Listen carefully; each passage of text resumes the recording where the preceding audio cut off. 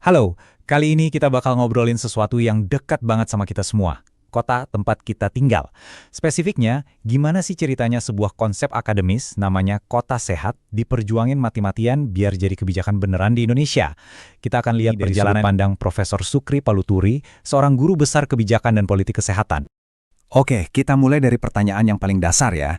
Coba deh pikirin, kenapa sih ada kota yang rasanya nyaman banget, aman, bikin warganya sehat, tapi kota lain kok kayaknya nggak gitu? Jawabannya ternyata jauh lebih dalam dari sekedar punya rumah sakit bagus atau taman kota yang ijo royo-royo. Nah, kutipan dari Profesor Sukri ini benar-benar langsung nembak ke jantung persoalannya. Intinya, ini bukan soal fasilitas doang, tapi soal tata kelola dan kepemimpinan. Pernyataan kuat inilah yang bakal jadi kerangka berpikir kita sepanjang pembahasan ini. Oke, kita masuk ke bagian pertama, awal mula. Jadi gini, konsep kota sehat atau healthy cities ini ternyata sering banget disalahpahami. Banyak yang ngira ini tuh cuma program kesehatan biasa. Padahal esensinya jauh lebih fundamental dari itu. Di sini kita bisa lihat bedanya. Di sebelah kiri, itu miskonsepsinya. Orang mikir kota sehat itu ya cuma program biasa, urusannya dinas kesehatan doang, atau sekedar daftar proyek. Padahal, realitasnya ada di sebelah kanan. Ini tuh sebuah paradigma pembangunan, sebuah cara berpikir baru yang butuh kerja bareng semua sektor. Terus paradigma pembangunan itu maksudnya apa sih? Gampangnya gini, ini soal geser cara pandang. Pertanyaannya bukan lagi, gimana caranya bikin warga sehat? Tapi pertanyaannya jadi, gimana caranya kita bangun kota yang dari sananya udah menciptakan kesehatan buat semua warganya? Ini soal komitmen negara yang paling dasar. Sekarang kita lihat yuk perjalanan pribadi Profesor Sukri. Gimana idenya ini berubah dari cuma sekedar riset di kampus, jadi sebuah perjuangan kebijakan yang nyata. Ini momen penting di mana seorang akademisi memutuskan buat turun gunung dari Menara Gadingnya. Semuanya berawal waktu beliau nulis disertasinya. Di situ beliau lihat, ada jurang yang dalam banget antara konsep ideal kota sehat sama kenyataan di lapangan di Indonesia.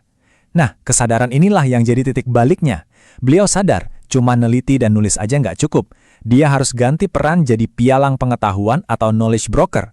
Jadi jembatan yang nerjemahin bahasa akademis yang jelimet, jadi usulan kebijakan yang gampang dimengerti dan bisa diperjuangkan. Nah, disinilah ceritanya jadi rumit, bahwa ide ilmiah ke dunia birokrasi dan politik Indonesia itu tantangannya luar biasa. Punya ide bagus saja nggak cukup. Ide itu harus bisa berenang di tengah arus struktur yang udah ada. Selama proses bikin kebijakan ini, ada 3 pelajaran penting yang bisa kita ambil. 1, kerja bareng lintas sektor itu harus beneran, bukan cuma rapat formalitas doang, harus kayak mesin yang semua rodanya muter bareng. 2, kota sehat itu harus jadi intinya rencana pembangunan kota, bukan sekedar program tambahan atau tempelan. Dan yang ketiga, yang paling penting, idenya harus nyambung sama agenda besar nasional kayak SDGs, biar dapat dukungan politik. Jadi, apa sih penghalang terbesarnya? Jawabannya, perencanaan yang kepotong-potong alias fragmentasi. Jadi kesehatan itu seringnya dianggap cuma pengguna hasil pembangunan. Contohnya gini, jalan tol dibangun dulu, baru deh pusing mikirin polusi dan dampaknya ke warga sekitar. Padahal kan harusnya, faktor kesehatan itu udah dipikirin dari detik pertama pas merencanain transportasi, tata ruang atau infrastruktur lainnya. Oke, anggap deh kebijakannya udah jadi. Terus gimana di lapangan? Nah, bagian ini adalah reality check-nya. Sering banget ada gap antara piala penghargaan yang dipajang di kantor wali kota sama kualitas hidup yang benar-benar dirasain sama warganya. Jadi, pas ngecek ke berbagai daerah, polanya tuh gitu-gitu lagi. Pertama, fokusnya lebih ke urusan administrasi. Sibuk nyiapin dokumen buat ikut lomba, bukan benerin sanitasi warganya. Kedua, keroyokan kerjanya nggak didasarin data yang valid. Dan ketiga, forum kota sehat yang ada di daerah itu seringnya nggak punya gigi, jadi nggak bisa ngawal programnya dengan benar. Tapi jangan pesimis dulu. Ada kok daerah-daerah yang berhasil. Kuncinya apa? Pertama, mereka masukin kota sehat ini ke dokumen perencanaan resmi daerah, kayak RPJMD, jadi bukan cuma wacana. Kedua, mereka nggak kerja sendiri, tapi ngajak warganya ikut terlibat. Dan yang paling keren, mereka bikin inovasi-inovasi lokal yang pas banget sama budayanya. Contohnya kayak lorong sehat atau pasar tradisional sehat, kreatif banget. Bagian terakhir, dan ini pertanyaan pamungkasnya. Gimana caranya biar ide kota sehat ini nggak cuma anget-anget tai ayam? Gimana biar program ini nggak lenyap pas bupati atau wali kotanya ganti? Gimana cara kita membangun warisan jangka panjang? Jawabannya cuma satu kata, institusionalisasi.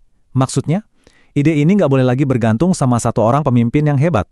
Idenya harus nempel, harus mendarah daging di dalam sistem, di dalam lembaga, dan jadi bagian dari cara kerja pemerintah sehari-hari. Disinilah peran kampus jadi penting banget. Kita balik lagi ke titik awal cerita tadi. Universitas itu nggak boleh jadi menara gading yang cuma mikirin teori, tapi harus jadi laboratorium sosial. Jadi tempat ide-ide baru diuji, dikembangin, terus disebarin ke masyarakat biar ada perubahan yang nyata. Kutipan penutup ini, menurut saya, merangkum semuanya dengan sangat pas. Perjuangan untuk menciptakan kota yang sehat itu akan selalu relevan selama manusia masih tinggal di kota. Inilah titik pertemuan antara ilmu pengetahuan, ruwetnya kebijakan, dan ya, kehidupan kita semua sehari-hari.